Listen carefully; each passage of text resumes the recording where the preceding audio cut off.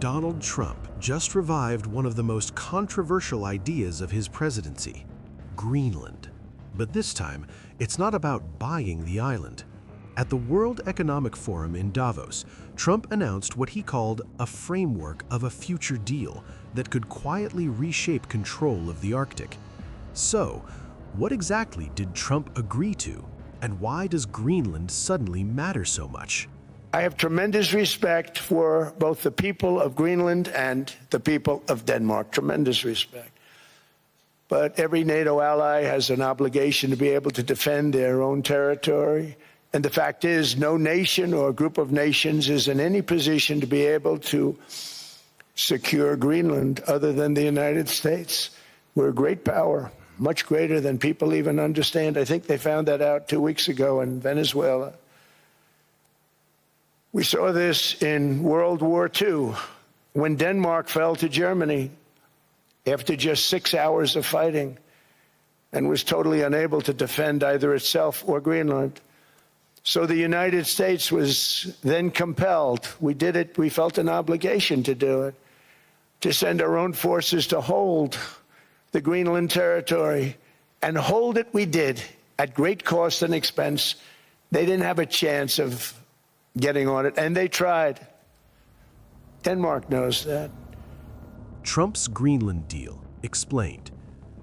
On January 21, 2026, President Trump revealed that talks with NATO Secretary General Mark Rutte had produced a preliminary agreement focused on Greenland and Arctic security. The announcement came after weeks of rising tension, including tariff threats against European allies and hints that the U.S. might take drastic steps to protect its interests in the region. This deal, Trump said, was about security, minerals, and the future of the Arctic. We literally set up bases on Greenland for Denmark. We fought for Denmark. We weren't fighting for anyone else. We were fighting to save it for Denmark. Big, beautiful piece of ice. It's hard to call it land. It's a big piece of ice. But we saved Greenland and successfully prevented our enemies from gaining a foothold in our hemisphere. So we did it for ourselves also.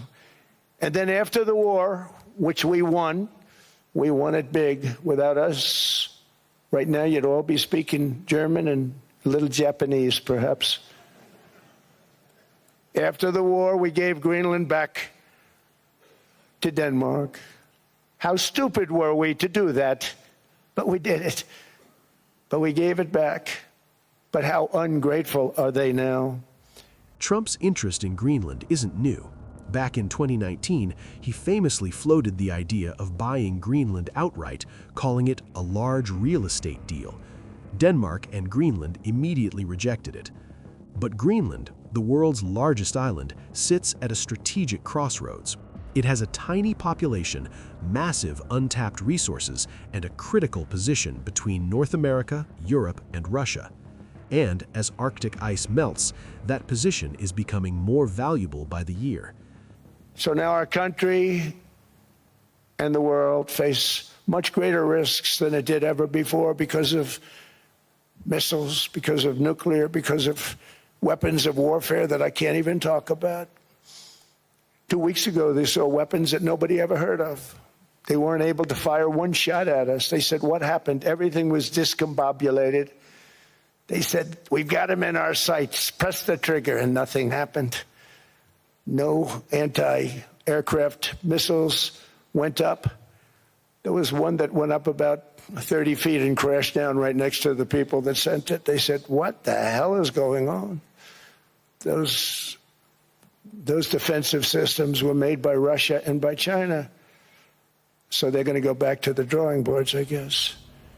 Greenland already hosts a major U.S. military installation, Pittafik Space Base, established under a 1951 U.S.-Denmark defense agreement. But Trump argues that's no longer enough.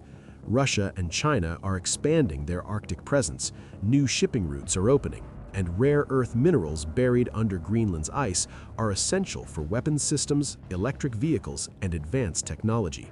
In Trump's view, whoever controls Greenland helps control the Arctic.